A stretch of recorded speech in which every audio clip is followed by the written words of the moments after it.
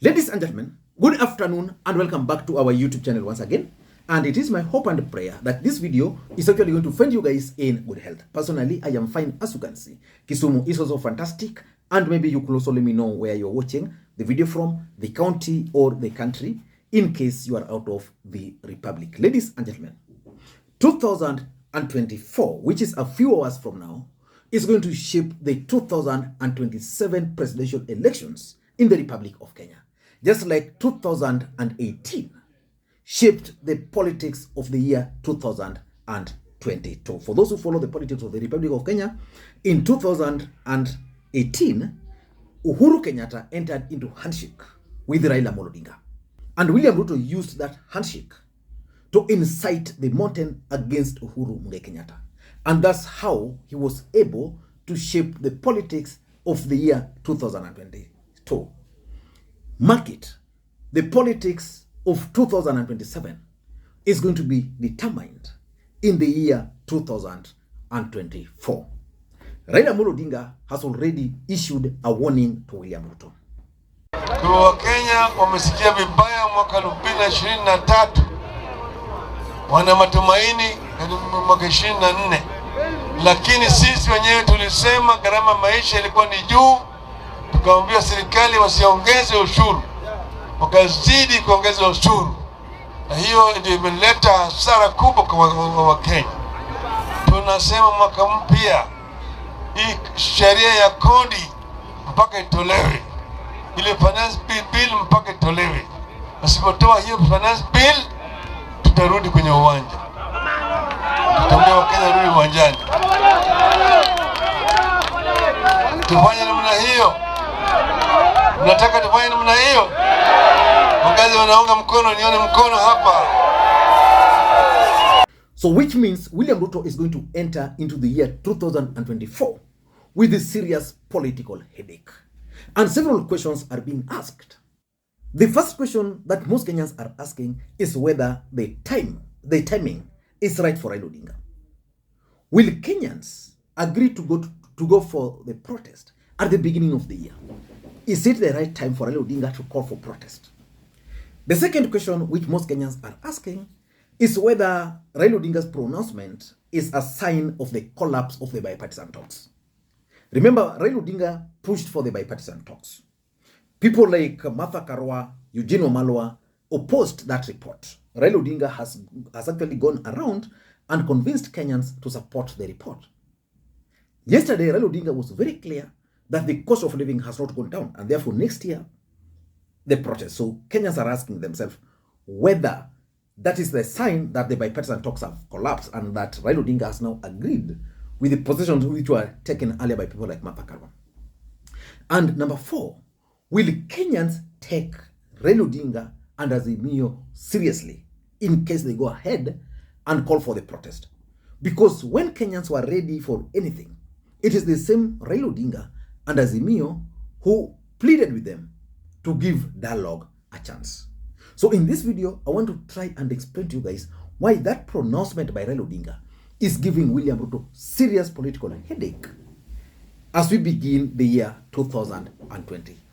But before we do that, for those who are watching this channel for the first time, please take a second or two, click that subscribe button so that next time we produce a video like this, YouTube will automatically notify you. And to the subscribers, I want to continue thanking you guys for your continued support, because without that support, this channel cannot be where it is. Ladies and gentlemen, without any further ado, allow me to dive in. By the way, it's just a few hours to next year.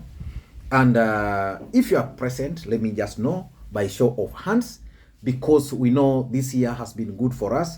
And I know at least 2 or 3 of our members on this channel lost their wives or their spouses for that matter. And several others went through serious challenges in life.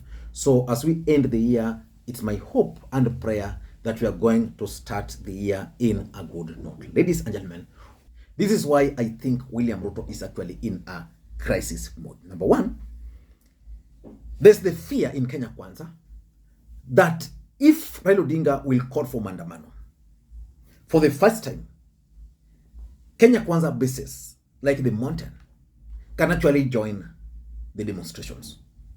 Because of late, you've seen a lot of requests coming from the mountain for Raila Odinga to call for the protest. The truth is, those people voted for Kenya Kwanza. They are disappointed. Several promises are yet to be met. The cost of living is so high. So most of them are like, this guy alitucheza. The other day I saw demonstrations, was it in Thika, where they had gone to demolish that building, several houses, and the residents there actually went and resisted.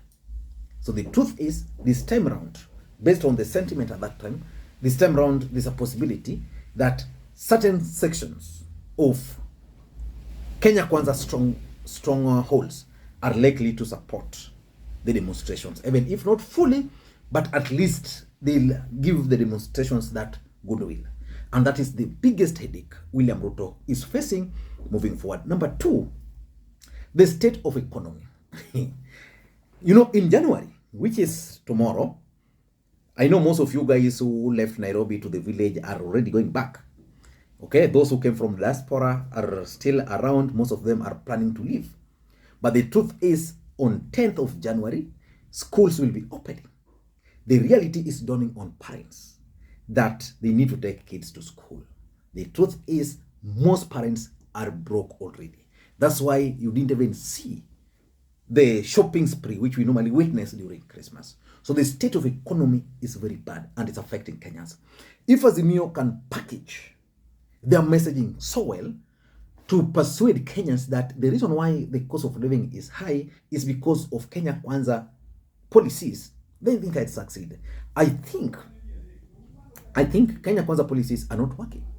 But Azimio, as a coalition, has also failed in terms of communications. They have failed to communicate. So because the state of economy is very bad, and because there's no sign that is going to improve anytime from now, Kenya Kwanza are really worried about the possibility of this demonstration. That is the truth. The other day I saw Cherargei challenging Raila Odinga that, okay, call it even tomorrow.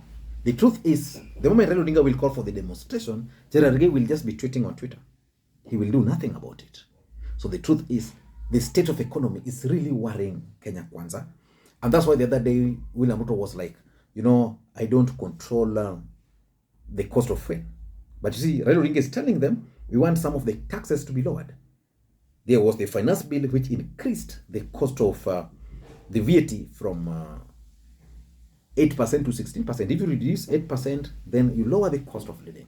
If you remove that housing levy, you lower. But William Ruto is interested in the money. He needs the money at least to be seen to be working. Number three, why they are worried is the fact that Kenyans, as we speak, are very angry. The truth is, Kenyans everywhere are very angry. Why do you think Kenyans are angry? Today you step on someone's toe, just like by mistake, by accident, qua line, the guy can just slap you. Kenyans are very angry. Kenyans are angry because they don't have the money. Things are not working. Was it today? I was reading some very sad story of a graduate who got a plane in high school. This guy got a plane in high school, went to the University of Nairobi, did bachelor's of electrical engineering, if I'm not wrong. The guy has stomached for 2 years. So the guy was like, he doesn't want that anymore. He's going to buy a camera and he's going to try and attempt content creation because things are not working. He was told to study hard. He studied hard. So Kenyans are very angry as we speak. And that is the biggest fear. That if the country is angry, any trigger can cause serious problem for the government. Number four is the possibility of a revolution. Let us face it. This country is ripe for a revolution. But I doubt if the revolution can be caused by the political class. It just lacks a trigger. But that trigger can never be a political class. The Arab uprising was caused by a very small trigger. That is the situation we are in as a country. But that revolution, in my view, cannot be caused by Raila Azimio. But Kenya Kwanza fear the possibility of a revolution against Kenya Kwanza government. So they are really worried that, things are not working. They made promises. None of those promises are working. Their policies not working. And lastly, Kenya Kwanza are used to blaming Uhuru. They are used to blaming Raila. Beginning tomorrow, we are in 2024. You can't blame Uhuru. You can't blame Raila in 2024 while you took over in 2022. That is the biggest problem, because Kenyans will be telling them off. Kenyans told them off. Kenyans will continue telling them off. And as time keeps on counting, the issue of trying to blame Uhuru or Raila for the mess, nobody will accept. And that is the biggest problem, because they used Raila and Uhuru's name to rally their supporters. So if you remove Raila and Uhuru from the blame games, they are nowhere. So that is basically the problem Kenya Kwanza is facing, as Raila Odinga is calling for the demonstrations. I don't know what you think. That's my take. Until next time, this is Lee Makwiny. Bye-bye.